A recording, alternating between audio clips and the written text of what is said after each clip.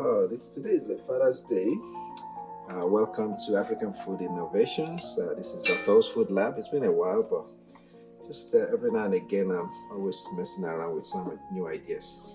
The story goes like this. What do? You have just enough of gari and just a little bit of a lubot to make a meal.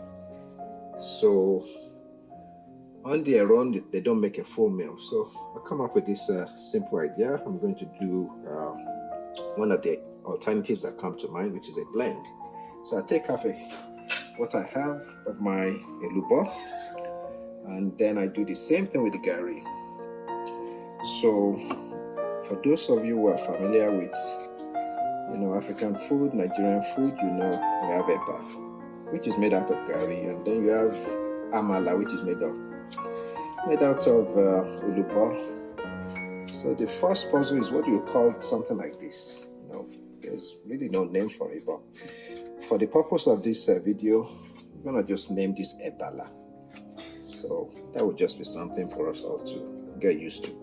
Anyway, so I've done a mix of this. 50% ulubo, 50% gari.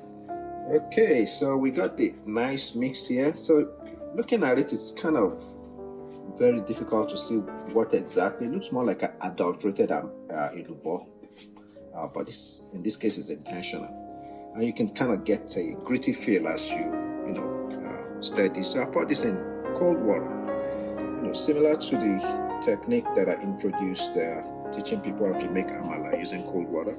So this goes right in here, and everything else from here on is pretty straightforward, similar to that particular video that I talked about, and we just start to stir. So the goal here is to turn this into a smooth paste, no clump, and remember there's no fire at this point. This is just a manual process, and at this point I will turn on the stove and get it on the lowest possible setting.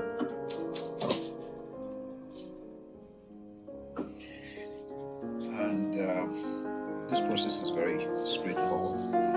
It's a well proven and tested concept, which I've performed myself, and before introducing this to my fans out there.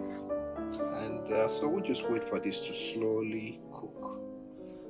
You can speed up the process if you want by changing the setting of the stove, but I always like to take things easy, so we'll leave it at this point. I'll cover it up, and then we'll come back to this in a few minutes. Alright, so let's see how this is turning out. Now you can start to see this slowly turning into a paste. At a glance, it almost looks like gari sprinkled with chocolate powder, but that's because of the elubo component. So it's a blend of gari and elubo that gives us this. I just like to keep this stirring because I just don't like clumps in the final product. So one little trick here is you find out that the cooking setting for Eba is somewhat different from that of Amala. So there's a little trick that you may want to perform at the end, towards the end of this process, and that is, once this has become more solidified, pour water and cover it up so that it steams for another 2 to 3 minutes. It allows the elubo powder to now cook and attain the same consistency as the Eba, which at that point the gari or cassava flour have already attained their ideal cooking setting. You can see the consistency change, and at this point I'll get a cup of water and then pour some water around this and cover it up for the steaming to now occur. Right, so you see I'm fairly generous with the amount of water, and this water you can actually pour out at the end unless your Ebala is harder than your preference. So I'll cover this up, I'll let the steam set in, and then we'll come back to this in a few minutes. Okay, you can see the steam bubbles form underneath if you see through that cover. So we'll take this off, and you can see that's doing a good job. I'm going to let this, I think it's a good amount of steaming. So we'll put this cover over here. I have too much water in my pot, so I'll tip some of that off because I just need it to generate enough steam for things to cook. Then we can go back to the fire.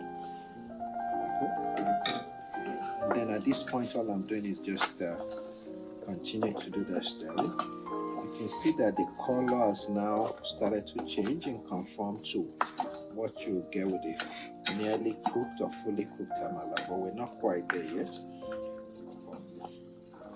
This food requires you to be patient. While we're waiting for this to fully form, there are little things you could do.